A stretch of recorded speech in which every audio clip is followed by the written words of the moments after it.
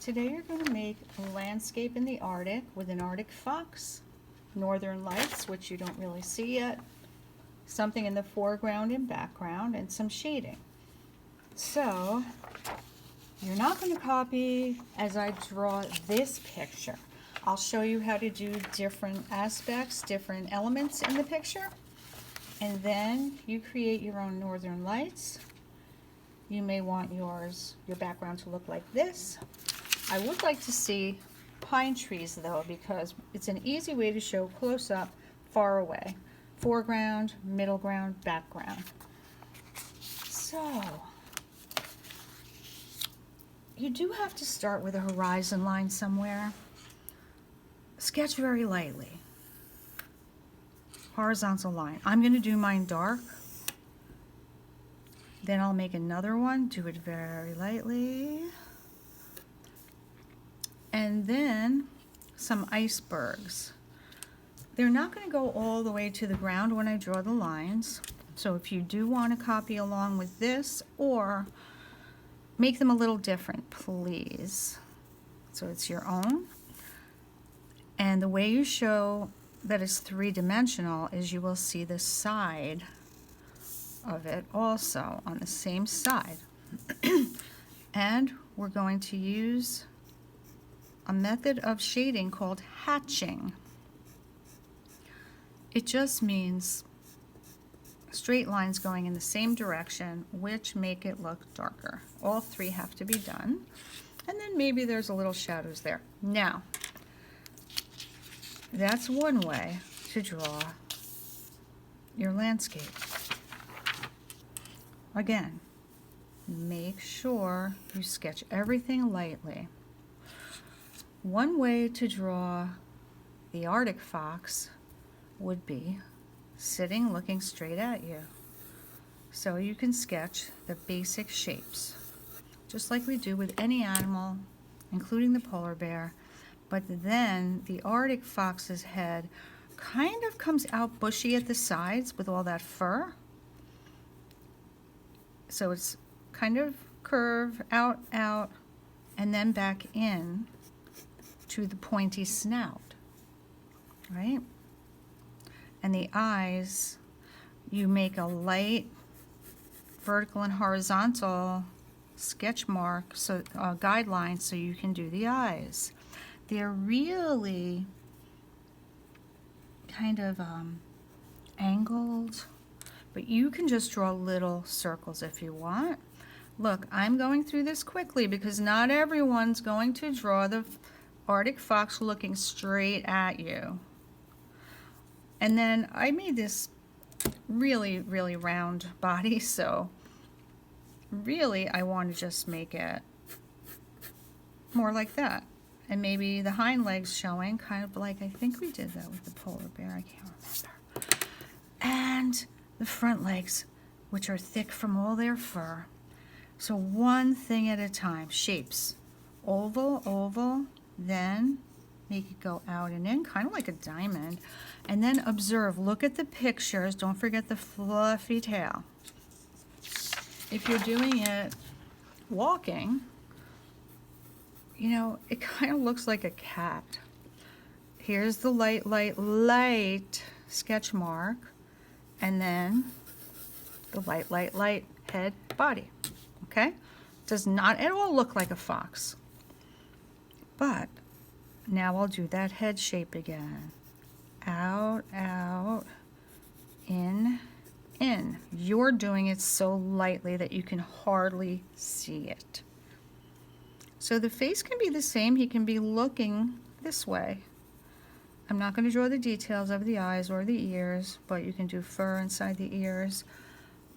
The body is actually pretty good. Now they have all this fur coming down here out of their chest, kind of like my dog.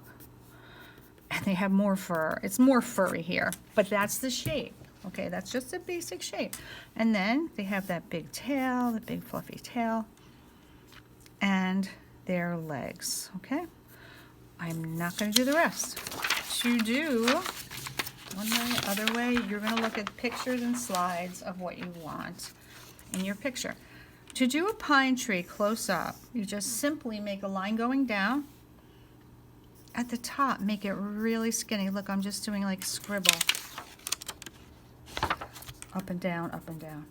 Then it starts to go out a little farther. Go straight down. And try to even it out as you're going. Just like that. And then you're going to go over it in black because it will be a silhouette. It gets wider at the bottom.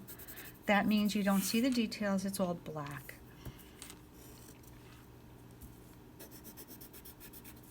Same, but smaller. Remember, it's higher up and smaller. That means it's farther away. And one more. That's a little too chunky at the top. You just fix it up if you think it didn't come out exact. So you can use markers on this project. It works really well. Especially since, you see how we did it in pencil? But now you're just coloring the whole thing black, so you can make the edges zigzaggy. And this will be the silhouette at night, right? And it's all black. You do the same for the little ones. I'm rushing, don't rush, don't rush, don't rush, don't rush. Don't you rush, oh don't you do. So you can outline your fox. I would love you to with a very skinny black pen, black colored pencil, very skinny marker, and then you can use some gray for shading around the edges and for shadows on the snow. Okay, you can do that on the land here and there.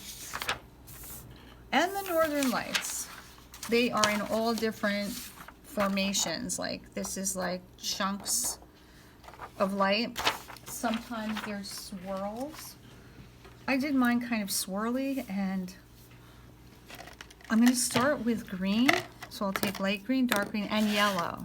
You'll notice, you'll see not just one solid color, and that's what I want you to show. And luckily we've done this before. We have used marker colors and then gone over it more than once, remember? So I'll go over the yellow again. Okay, at this time, you're really gonna be drawing on your own, going to the slide you want to look at. That's more like what you want to accomplish. I'm going right over the green with yellow. And then I'll be careful. I'm leaving the icebergs white, okay? Anyway, again, this is just one way I'm doing it. You can look at all the pictures and come up with your own way. But please know that they change. They're not just, if it's green, it's not one shade of green. So a really cool thing I found out when I tried it is when the marker dries, you can go over the dark parts with a white crayon. And of course, the light parts with a darker crayon. So like a darker yellow, greenish yellow or something. But I think I'm doing pretty well on making it look more natural because I used overlapping colors because they change and they shift. Remember, purples, pinks, anything you decide. You're going to do an awesome job. Be creative. This is your way of doing it. You can also do it sitting like that. Okay, use your imagination.